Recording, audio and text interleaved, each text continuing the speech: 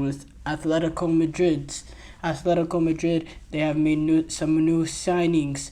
Specifically with the likes of being able to sign a player in Julián Álvarez, and also Conor Gallagher. These two signings not officially through, yet to be officially official. The medicals and all that are happening as we speak. All that, but this is happening. Julián Álvarez, he will be an Atletico Madrid player. So will Conor Gallagher. These two players will be Atletico Madrid players, and they'll come in and they're sort of players that can make this team better. Julián Álvarez is a potential world-class talent that gives you flexibility, that can play so many different positions. Kind of provides you like another sort of Griezmann in terms of that. Someone who I believe can play as a number 9, can play any of the winger positions, just give you real flexibility. He'll work hard for Diego Simeone. He's a hustler. He'll do the pressing. He won't be afraid to come back and do some of the defensive duties as well. You saw what he does for Argentina, covering up the holes that Messi has in terms of his defensive presence. Messi, he's not going to do any sort of pressing. He's really going to be a cone in there. And Julián Álvarez not only did the work for himself, but also did the work for Messi. In that sort of, number 9 role. It was kind of a weird position he played at Argentina because they didn't really go with a traditional formation. They kind of played him alongside Messi. But he provides that sort of flexibility in terms of what you're able to do if you're Atletico Madrid. And he's a really good player. He's a really good talent. And a signing like that, yes, they did sign him for, I believe it was around 85-90 million or so, which is a lot of money nowadays, especially for a striker that wasn't even a first team player at the club that he was at previously. But at the end of the day, this transfer window this is what it is. Players tend to be overvalued in this transfer window. Players, there's ridiculous fees. Even Conor Gallagher going for 40 million now. I wouldn't say that's exactly a horrible amount for Conor Gallagher. I do think Gallagher is a pretty good player, but still 40 million is a lot of player. And this is not exactly Conor Gallagher, a player that has a chance to be like an elite sort of player. We know what he is. He's a hard working. He'll put a foot in. He'll cover a lot of ground. He also has enough technical ability to play in midfield for a club like Atletico. He has that, once in a while ability to make a goal out of nothing with his long range shooting. Sometimes he can make late runs into the box that are hard to pick up. And he's comfortable on the ball, and he's good, and he's decent in tight spaces, even when time is compressed. But he ain't, elite. He ain't elite. Chelsea, they wouldn't be letting him go if he was an elite sort of player. Despite the fact that, he's been a part of a midfield that has, there's about $300 million worth in that midfield. It was two people with Caicedo and Enzo Fernandez, and he's been the best midfielder. He was the best midfielder at the club last season, most consistent game in, game out. So Gallagher is a very good player. Don't get me wrong. He's a very, very good, very, very talented. Not talented, but he's, he'll put a foot in and all that.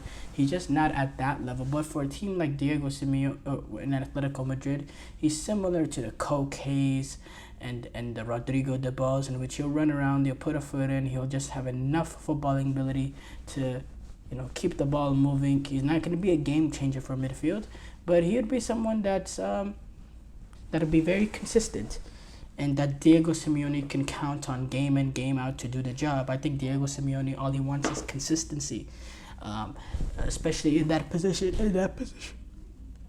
It's important to have consistency, game in, game out, and I think a guy like Conor Gallagher provides that. With these new signings, can they compete with Barcelona and Real Madrid? Atletico Madrid has had some teams in the past that we expected to be a little bit better, team they had last year before that, we expect them to at least be in the title race, in the second half of the season. And we have not really gone from that. we've had a lot of summers, a lot of transfer windows where we've been promised, okay, this is the time, this is when they'll turn it around. Diego Simeone is going to start playing progressive football. They're going to be dynamic in transition, and they're going to be able to keep the ball with the best of teams, and they won't have to park the bus. And then they take on the first decent opposition of the season, and they have 11 men in the box, and they're defending for their lives, and they're observing pressure. And that's what they'll always be. They'll always, under Diego Simeone, they'll always resort to that. That is his style. That is what he is comfortable with. And at the end of the day, a manager won't change his ways, especially a manager like Diego Simeone, who has been so, stubborn in the way that they play. He's been like this the entire time. And I don't necessarily think he should change. I don't think he should change. I don't think he should. A lot of people want him to change the style of play because they don't like watching it, especially when the results are not coming in terms of competing for the La Liga. But, Diego Simeone is the highest paid manager in the world, and for a reason. He's had this team in the past punch above their weight, and he's won multiple La Ligas now. He's reached multiple Champions League finals. He's had this team punch above their weight and do it in a fabulous fashion. I mean, even the two Champions League finals he played, they played in Atlético Madrid. The first game, he was a minute away from winning the game, literally like a one last-minute header away from winning the Champions League against Real Madrid. And the second Champions League, he was a penalty shootout against Real Madrid away from winning the Champions League. So this is a guy that's got them to punch above their weight. So I don't think Diego Simeone needs to necessarily of play like everyone is asking him of to do, or not. That if he wants to go in and be defensive and make it hard for teams and make them break you down and don't give them, okay. But I think Atletico Madrid need to look a little bit more dangerous in transition, and I think bringing Julián Álvarez, this is a guy, Julián Álvarez, that has the ability to run in behind. He's not Mbappe or anything, but he does have that ability to run in behind, and they just need to be more deadly in terms of that aspect of themselves. Consistency. This is Atletico Madrid team as well, that the performances, last year they reached the quarterfinals, I believe, of the Champions League, but they were very poor against Inter Milan, really, really poor. And Inter Milan kind of allowed Atletico Madrid to get past them. They kind of gave it away, especially with the late game travesty that we saw from Inter Milan. And then Atletico Madrid going up against a Borussia Dortmund, I know Dortmund ended up reaching the final, which shows the deficiencies of PSG, that they played the next round later. But they should have took care of Dortmund too, with the players that they have, with the experience that was in that team. They should have took care of Dortmund. They were in a promising position in the first leg, especially early on, and they just let it slip away. Piece by piece, and then they had that ultimate collapse at the end of that in that Dortmund game, playing in the yellow wall. And things like that cannot happen. And I don't know if there's an easy fix for that. I think that's maybe a mentality issue at the club, a mentality issue amongst the players, and if that's the case, that's an even bigger problem. And it's something you wouldn't expect of a Diego Simeone team. Diego Simeone, you wouldn't expect the team to have,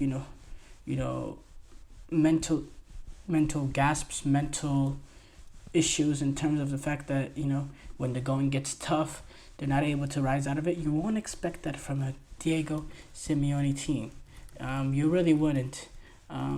But going to Atletico Madrid,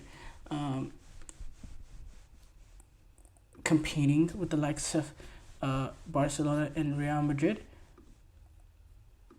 I think these signings make them a little bit better, but there needs to be more work that needs to be done than just the signings of Atletico Madrid, and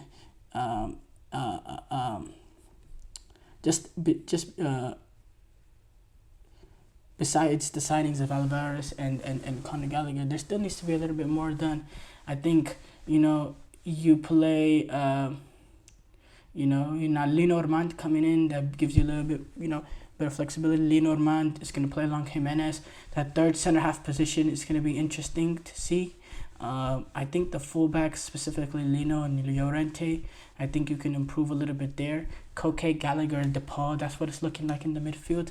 I think you lack that a little bit of creativity in that midfield.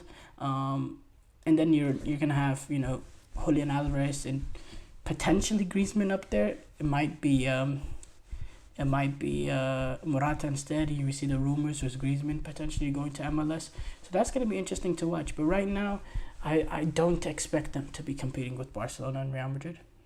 How are you though? Short break here coming up. When we come back, we'll discuss the Morocco-Egypt, their bronze medal matchup.